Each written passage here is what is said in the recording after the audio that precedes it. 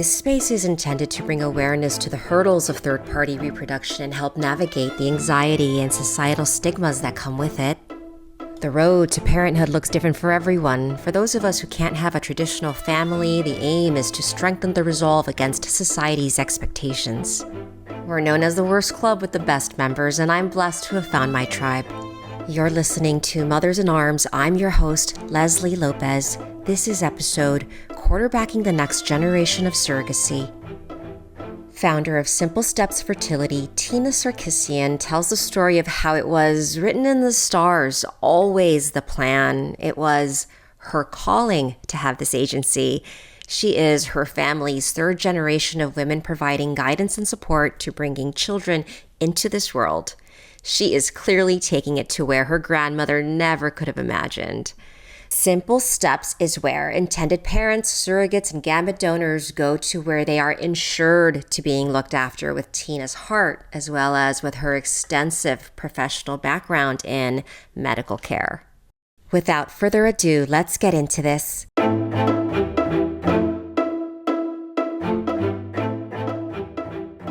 Thank you, Tina Sarkisian, so much for joining us on the show today. It's an honor to have you here. Thank you so much. I'm so excited to be here. You are the founder of Simple Steps Fertility. It's a boutique agency for intended parents, surrogates, and egg donors. You ensure exceptional care and guidance to anyone that you are handling as a client. Essentially, you are the leading quarterback of a third-party reproductive journey. Yeah, we like to think of ourselves that way. It just, I started off very early in my life. I knew exactly I really wanted to be part of this industry in reproductive medicine. And I had the opportunity of interning in college at a clinic that was, on a global scale. And it really nurtured my experience and helped me sort of put together simple steps in a certain way to fill in the gaps. I felt like as a person with a nursing background, as working as a clinical coordinator for about 13 years in the beginning of my career, working closely with intended parents, surrogates, egg donors, participating in egg retrievals and transfers and creating calendars, it kind of gave me a good idea of where we would need to position ourselves to be an agency to help third party and play a crucial role. And so I'm happy that we're able to be here today and, have these conversations, be part of this space. It's an honor. You really got to see firsthand on a global scale, not just how things worked from A to B to all the way to Z here in California, across the nation, across the world, from an early age on, right? This what year was that? It was in 2006. So this is my 20th year in the industry of Wow. infertility. Our oldest Bravo. donor baby is 20 years old. Bravo. What a Yeah. blessing. Yeah, it is. It is. So, I was very, very lucky to have. I essentially just as a student in college, I printed out maybe 50 clinics, and I just called all of them. And the clinic that accepted me was the only one, and Wow. it really, really changed my life because I really, like you said, I got to see infertility from a lot of different windows and doors, and on a global scale, I got to see patients not just from the United States, but patients struggling with infertility all over the world, and seeing that cultural element. There is a Yes. social element when you are talking about third party. There's so many different things.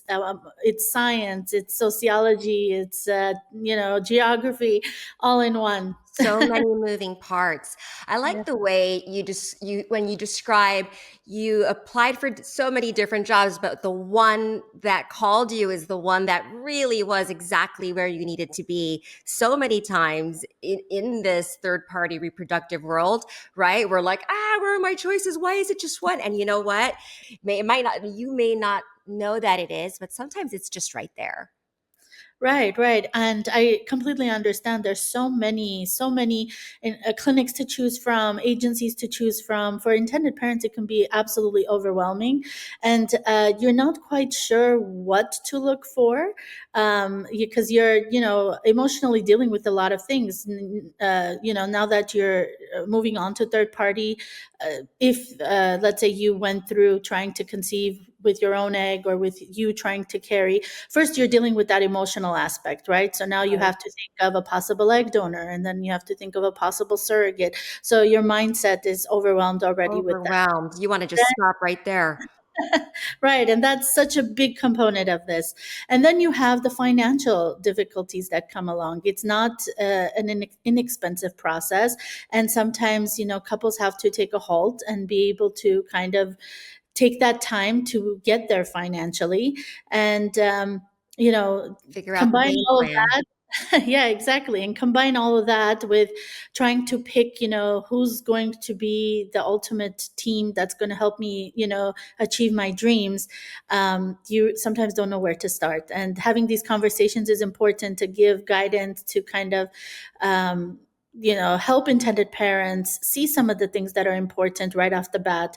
And, we discussed the other day about an incident that's going on today where we, have to tell intended parents, like, watch out, let's talk about escrow, let's talk about, your financial planning. It's as important as trying to find the experts. It goes back to doing your research, right? What does doing your research really mean? Like, I hear that all the time. Do your research, do your research. How do you do your research? We talked about start at seeds is a great place to start. Who is doing things ethically, right? Who is playing things by the book, as AESRM says, right? As the leading doctors of this sector tell us is correct, right? And it is really a shame that people take advantage of intended parents. This money would everyone who goes into third party reproductive. It's not like this money's growing on trees, right? So this is like people's life savings, and for someone to just be like victimized in this way, it's really heartbreaking.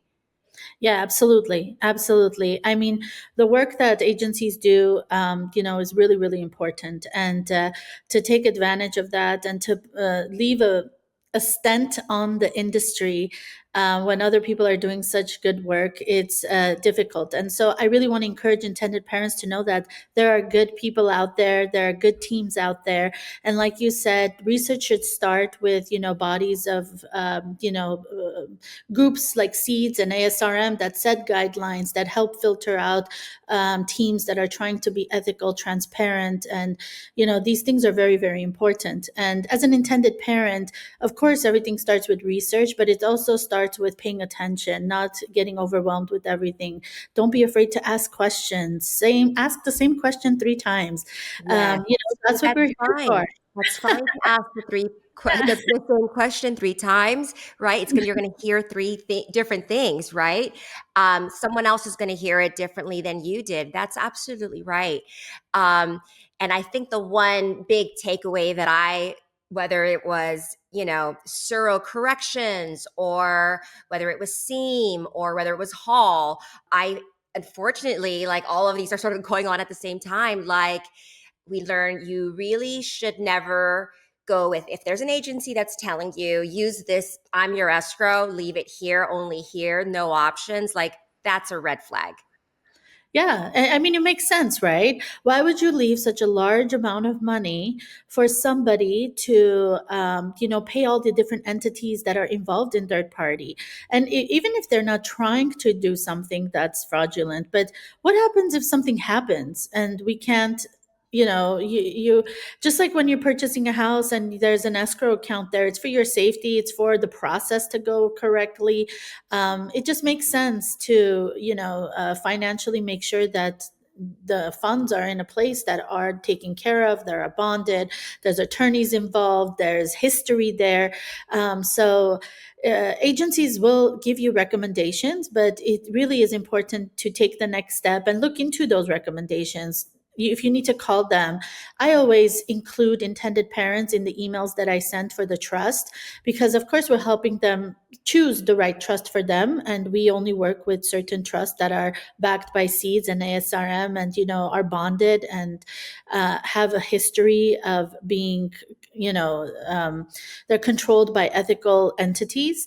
And I still include intended parents in the conversation, so they have an opportunity to meet those people, to ask questions to the people, to know exactly who's taking care of these funds, who's auditing them. So you get to meet the people that are actually going to be involved. I believe Seeds recommends that the minimum bond amount that an escrow company minimum is $10 million to protect all of their clients, right? And up from there, right? So, yeah, it's just like when you buy a house, just like when you buy a car, right? You want to do your research. You don't just buy the first car. Signing the contract with an agency, right? If you're doing your due diligence, because you really wanted to do check under the hood, dot your I's, cross your T's. Right, right. I come from a nursing background. So, one of the missions as a nurse is to um, educate. We are sort of the liaison between the provider and the patient, and we have that same role as a third party agency. And so, we take the time to explain these things to our intended parents and help them understand.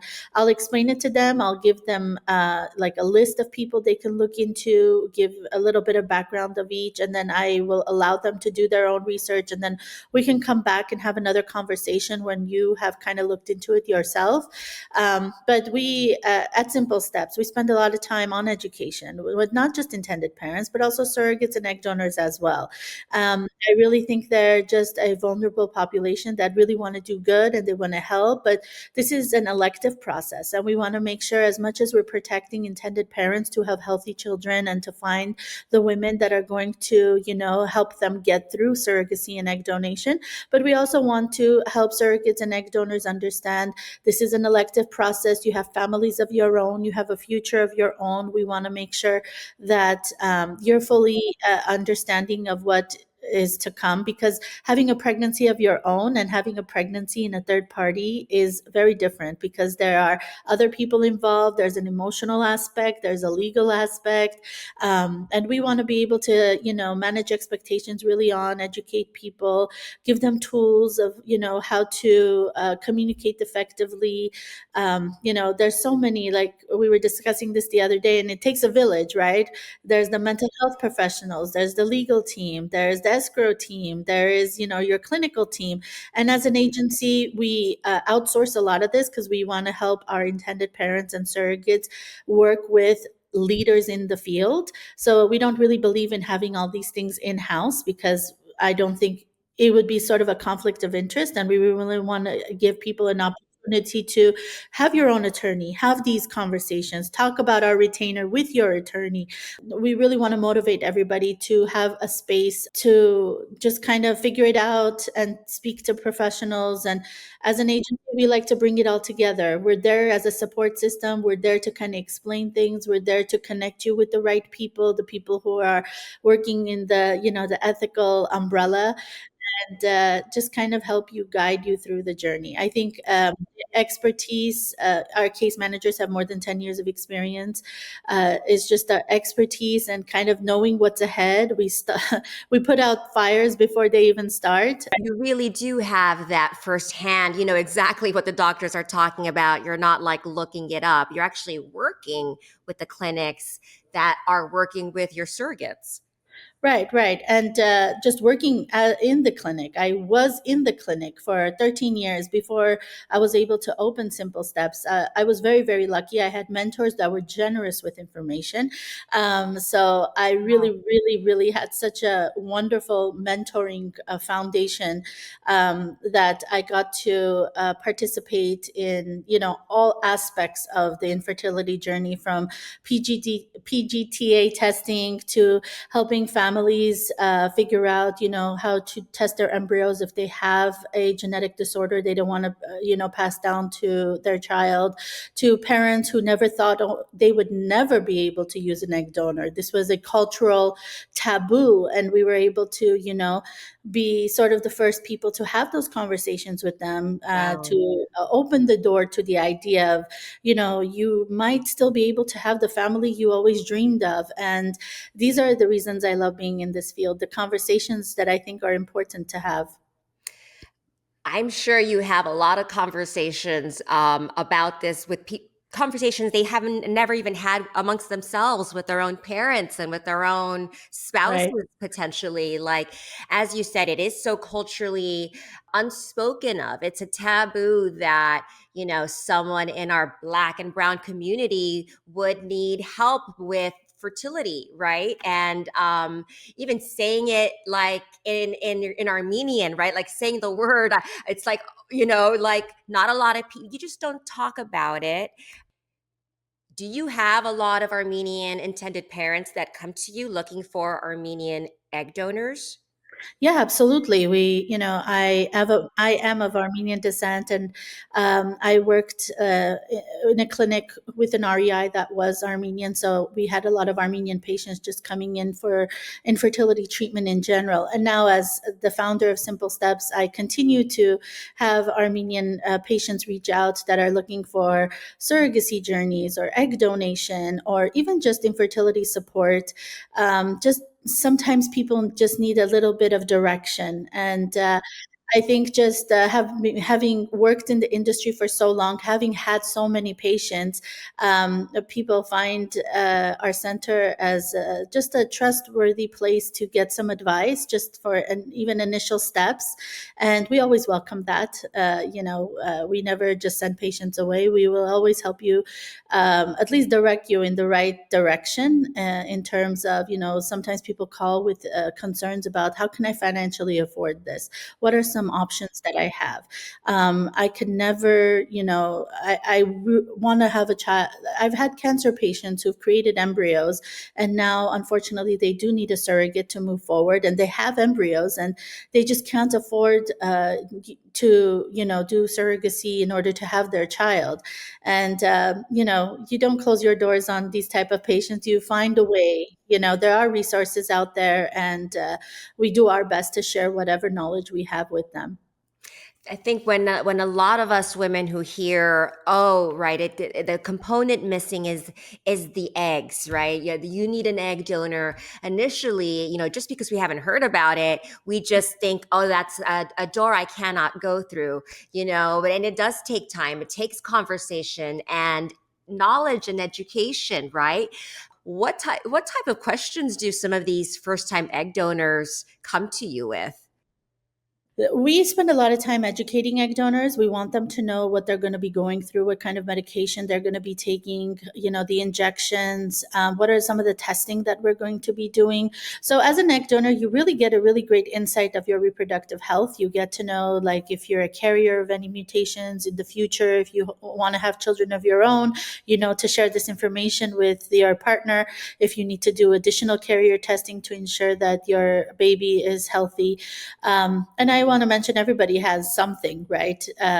Right. We're all carriers of something. Some little thing.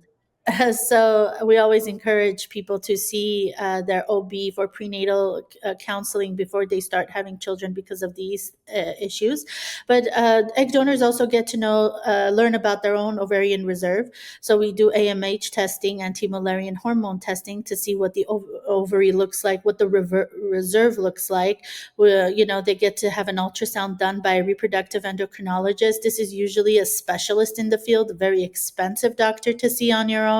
So Mm. they have, access to specialists that can tell them what their reproductive condition is, because we're getting ready to, accept them in our egg donor program.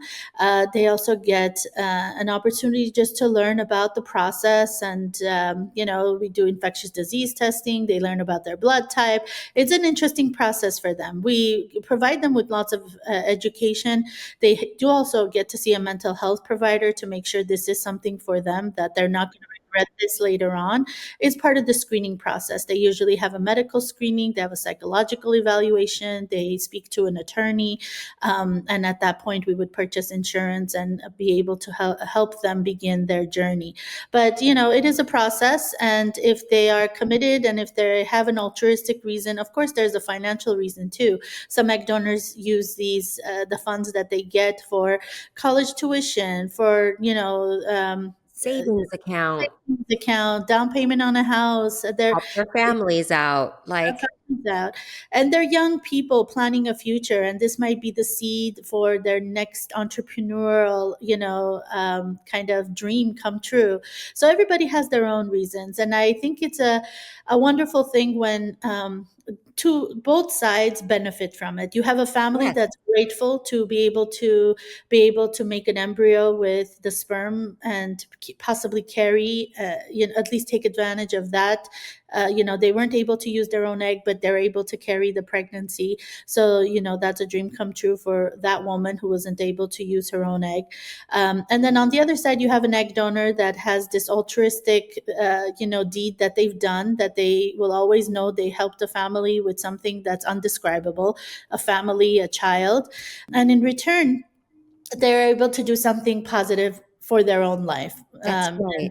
and it helps them. So um, It's a I really, win-win. yeah, it's a win-win. And of course, there's arguments on both sides. And the one thing that I always remind people when I speak about third party, because it's very taboo, it's a very sexy topic. Yes, But I always remind people that our goal is to make families. We're making families. We're bringing dreams. We're helping dreams come true, and we're doing it in a professional, ethical way. That's what we're advocating for. So we're not trying to use surrogates. We're not paying them for their bodies. It's not a transactional.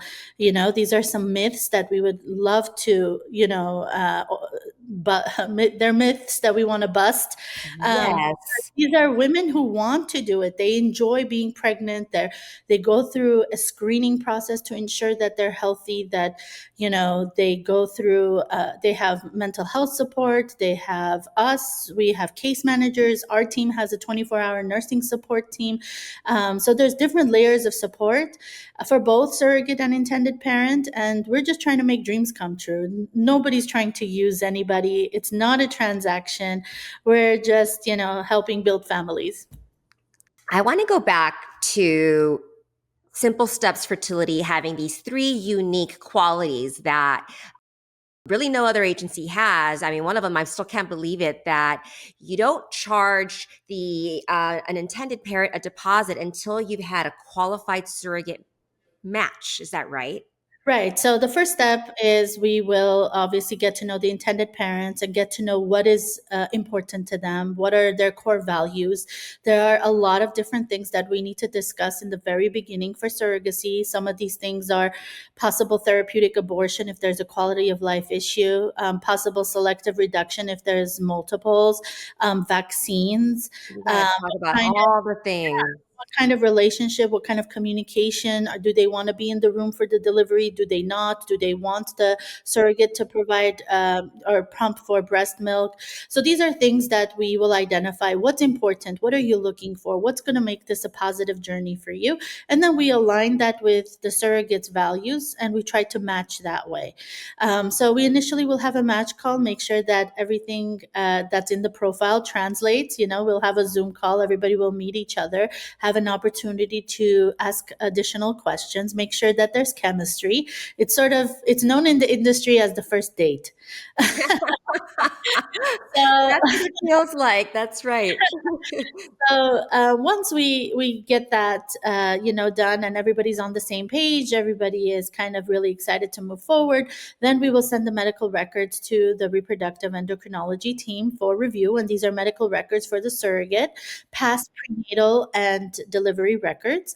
So once the clinical team had a chance to review them and they give us the green light that they approve of the surrogate to move forward, that's basically when we will have an official match. That's when we will set up the trust and ask for the first deposit, because at that point we have to pay for certain things like psychological evaluation and flying or not flying, or helping the surrogate get to the in-person medical screening. So that at that point we will, have the first deposit. At that point, I mean, you've been doing so much legwork already. So yes, I mean, finally, I would say.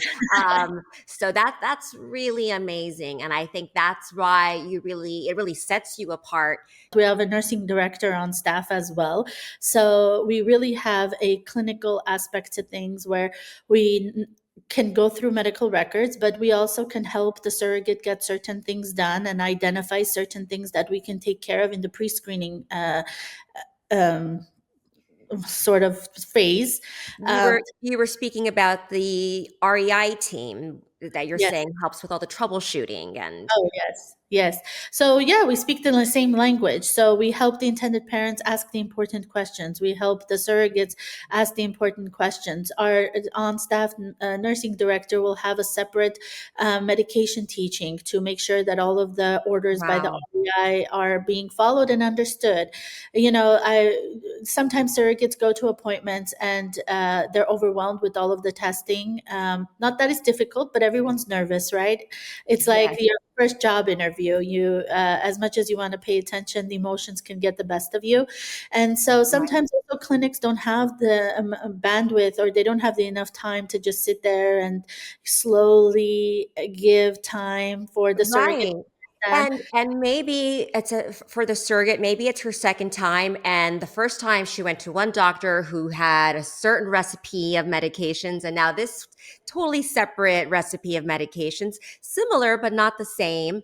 You know, to your point of why everybody needs to ask questions more than once, right? Don't be shy. Ask that person the same question. Yeah, absolutely. And so just giving a surrogate an opportunity to sit with us on a Zoom with the medication in front of her, going through it one by one, it's just another layer of support we feel is important, that a service that we provide. Of course, it can be done without it. Tons of agencies do it, but it's a talent we have. And you check in with them 24/7, like not just here. This is like in all the different countries that you have working cases, you're checking in. So you and your team really are available 24/7. Yeah, absolutely. Our case managers are amazing. They have a lot of experience. There's different time zones. Intended parents can connect with us at any time. We have group chats that we have with the surrogate and the intended parent where they can speak to each other once legal contracts are done. We have, different support systems in place, and not just for intended parents, but for surrogates, because it's a journey. And we feel the more support and education you have, the better things go. Support, education, and communication. Communication is key. Communication is key. I remember when my surrogate had my daughter, this was her fifth delivery. Wow. And she was like, "Oh, I've always right on time, right on time." Sure enough, my daughter was 3 weeks early.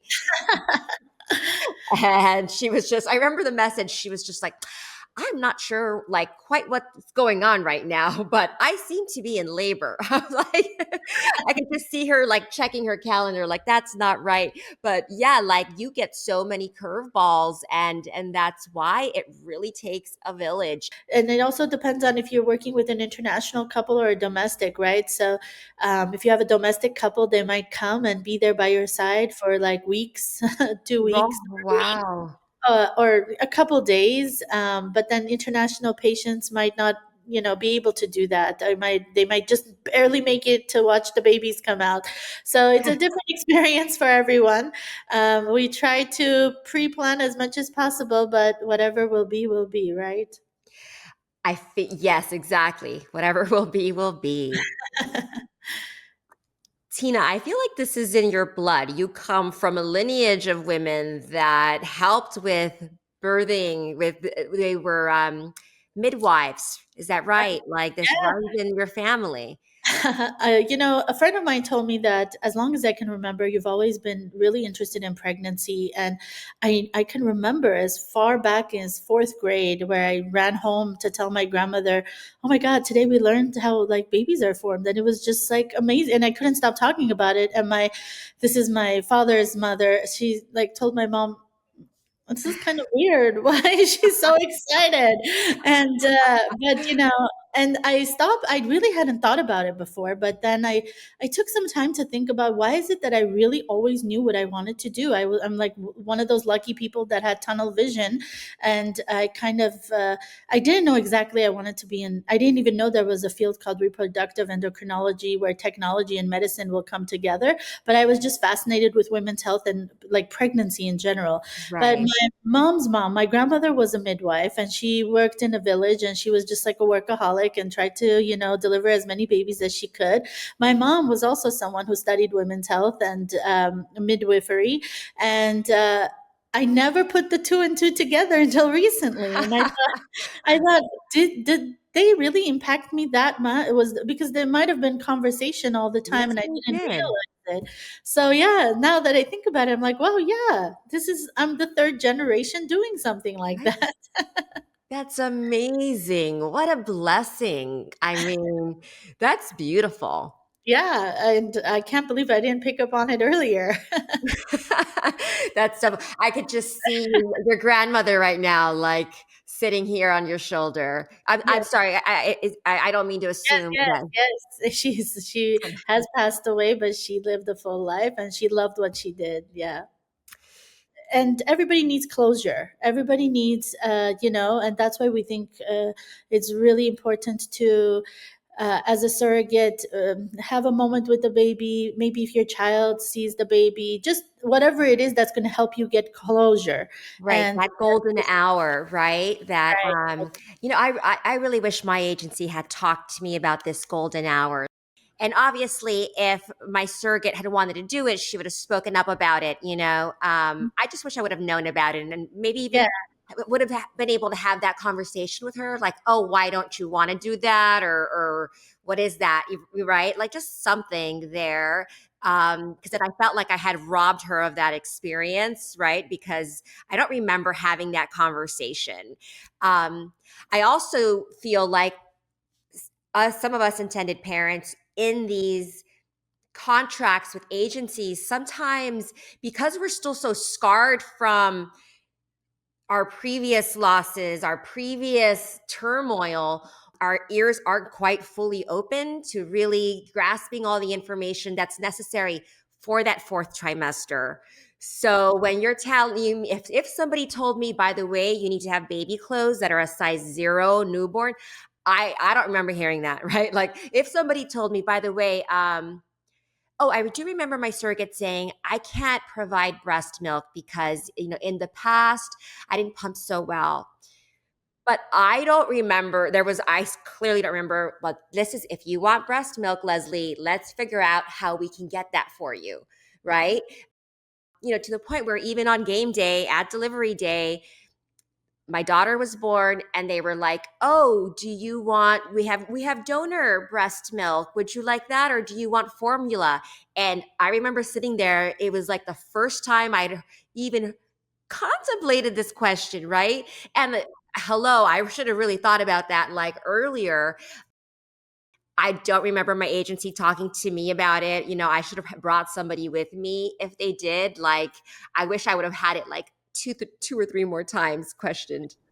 yeah, absolutely, and we learn from experience as well. So, the more you work with intended parents, the more of the same scenario that comes up, you start having a plan for it. As an agency, I think we're constantly learning about what are some things that we should, bring up. What we have a birth plan. What should we include in the birth plan? How should we alter it? How can we make it better? So, to hear intended parents give us their input is really, really really important. So we have most of our case managers go to the actual birth. We think it's kind of a layer of support, not just for the surrogate to have somebody by your side, but also for the intended parents. I think more so for the intended parents when we go to the actual delivery, because the surrogate kind of knows how the delivery is going to go, but intended parents, they don't know what to do. So do they come in the room? Do they not? Do they, do they stay outside? Who's going to take care of the documents? Where do I give this PBO, the pre-birth order?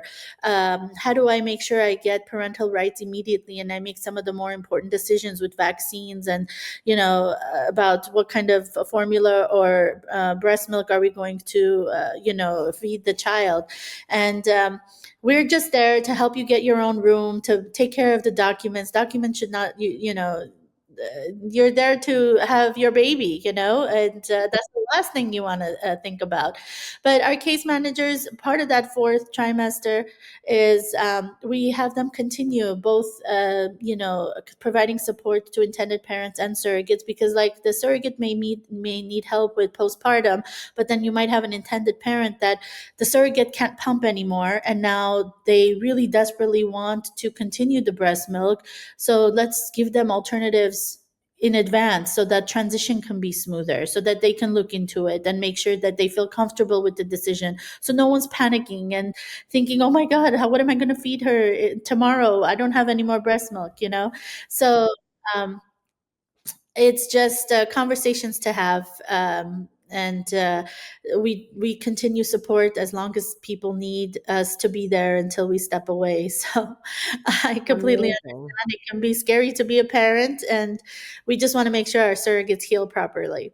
But I feel like, yes, it's absolutely scary to become a parent. Just all this sort of information, all this medical background, this firsthand touch base with the doctors. So many times as a patient, you'll talk to your nurse more than you will talk to your doctor. And that is like such a point on why I would come to your agency.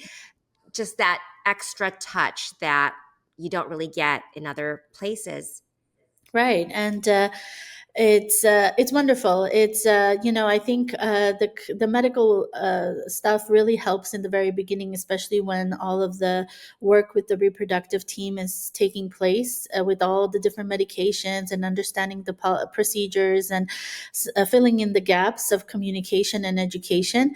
I think our case managers really do so much better with providing, even though they're not nurses, but they are possible surrogates themselves and mothers themselves. Oh, And so I had a case manager tell me that I told the intended parent, like, go today, this week, and they weren't due for like another 4 weeks.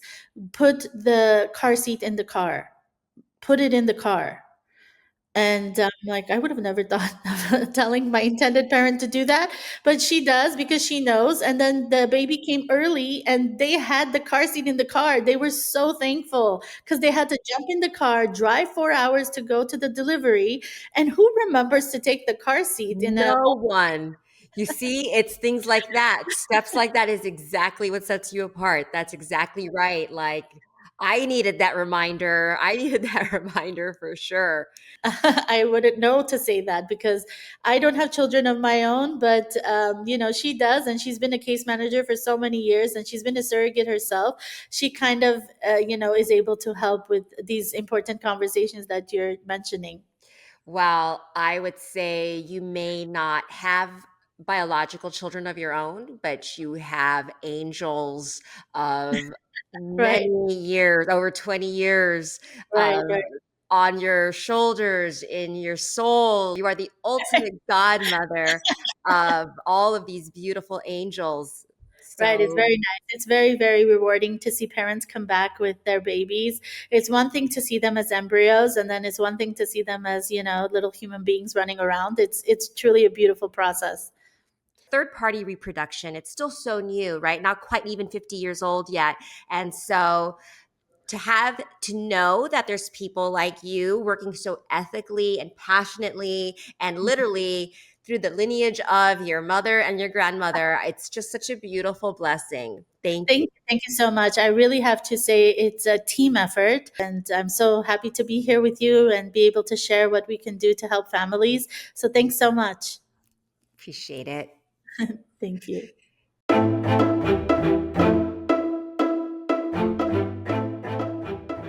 Celebrating all the families Tina has helped is what it's all about. You can hear how much genuine joy it brings to her and her team. Positioning yourself with simple steps on the offensive line is clearly a very smart move. That is all the time we have for today. Liking this episode on whichever platform you're on really goes a long way to getting us heard. You can check out more of these and similar stories on YouTube, Spotify, Instagram, and TikTok at mothersinarms.pod. Thank you for your music at Dante Pascuso. Thank you for your photographs at Shay Dempsey and at Pretty Easy Podcasts. Thank you for the editing magic. Until next time, friends, thank you for tuning in.